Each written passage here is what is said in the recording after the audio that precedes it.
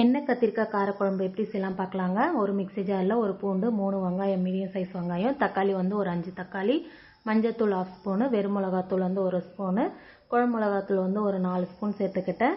புளி வந்து ஒரு லெமன் சைஸில் புளி, தேங்காய் வந்து ஒரு 3 பில்லை, உப்பு சேர்த்துட்டு மிக்ஸி நல்லா அரைச்சிடுங்க. அரைச்சிட்டு இப்போ நம்ம வந்து கத்திரிக்காவை 4 கட் பண்ணிவிட்டு ஸ்டஃபிங் பண்ணிக்கலாம். ஒரு 1/2 அன் ஹவர் நல்லா உரட்டும். இப்போ வந்து குழம்பு தாளிச்சிடலாம். நல்லெண்ணெய் யூஸ் பண்ணுங்க, அப்போ தான் நல்லாயிருக்கும். எண்ணெய் ஊற்றிட்டு கடுகு, சீரகம், மிளகு ஒரு 1/2 ஸ்பூனு, வெந்தயத்தூள் 1/4 ஸ்பூனு, கருவேப்பிலை சேர்த்துட்டு நம்ம ஸ்டஃபிங் பண்ண கத்திரிக்காவில் ஆட் பண்ணிக்கலாம்.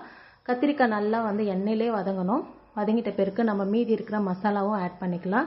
மசாலாவை வந்து போட்டு ரொம்ப வதக்கக்கூடாது, உடனே தண்ணி ஆட் பண்ணிக்கோங்க. அப்புறம் தண்ணி உங்களுக்கு எவ்வளோ தேவையோ சேர்த்துட்டு உப்பு சேர்த்துட்டு நல்லா ஒரு 10 நிமிஷம் நல்லா கொதிக்கிட்டோம். 5 நிமிஷம் வந்து ஸ்லோ ஃப்ளேமில் கொதிக்கிட்டோம். கொத்தமல்லி தூவிட்டு சூடாக சர்வ் பண்ண வேண்டியதான். தேங்க்யூ. ட்ரை பண்ணி